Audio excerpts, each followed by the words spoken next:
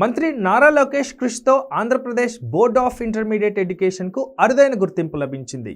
AP board of intermediate education council for vocational education and training NCVET గుర్తింపు దక్కింది.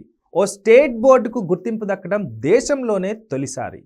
ఈ గుర్తింపు దక్కడంపై మంత్రి నారా లోకేష్ ట్విట్టర్ వేదికగా హర్షం వ్యక్తం చేశారు. ఇంటర్మీడియట్ బోర్డుకు NCVET గుర్తింపు దక్కడంతో వొకేషనల్ కోర్సులు చేసేవారికి జాతీయ స్థాయిలో సర్టిఫికేషన్ అందించే అవకాశం కలుగుతుందన్నారు లోకేష్.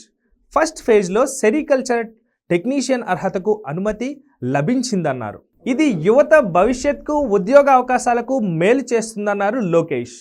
విద్యతో పాటు నైపుణ్యాలకు ప్రాధాన్యం ఇచ్చే పాలన దిశగా ఇది కీలక ముందడుగు అని అభివర్ణించారు. ఇప్పటి వరకు స్టేట్ బోర్డులకు ఇచ్చే వొకేషనల్ సర్టిఫికేట్లు కొన్ని సందర్భాల్లో ఇతర రాష్ట్రాల్లో లేదా కేంద్ర ప్రభుత్వ ఉద్యోగాలకు వెళ్ళినప్పుడు గుర్తింపు సమస్యలు ఎదుర్కొనేవి. NCVET గుర్తింపు వల్ల ఈ సర్టిఫికేట్ భారతదేశమంతటా సమాన గుర్తింపు పొందుతాయి. అంతేకాదు NCVET ప్రమాణాల ప్రకారం కోర్సులు ఉండటం వల్ల ఇంటర్మీడియట్ పూర్తి చేసిన విద్యార్థులు దేశవ్యాప్తంగా ఉన్న బ్యాచిలర్ ఆఫ్ వొకేషనల్ లేదా ఇతర ఉన్నత విద్యా కోర్సుల్లో సులభంగా చేరవచ్చు. విదేశాల్లో చదువుకోవాలనుకునే విద్యార్థులకు కూడా ఈ గ్లోబల్ స్టాండర్డ్ గుర్తింపు చాలా ఉపయోగపడుతుంది.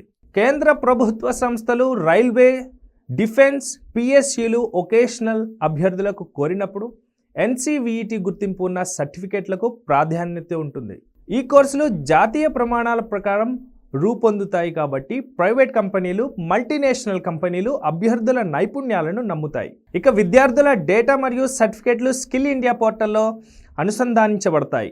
దీనివల్ల విద్యార్థులకు నేరుగా అప్రెంటిస్షిప్ అవకాశాలు మరియు కేంద్ర ప్రభుత్వ స్కాలర్షిప్లు అందే అవకాశం ఉంటుంది.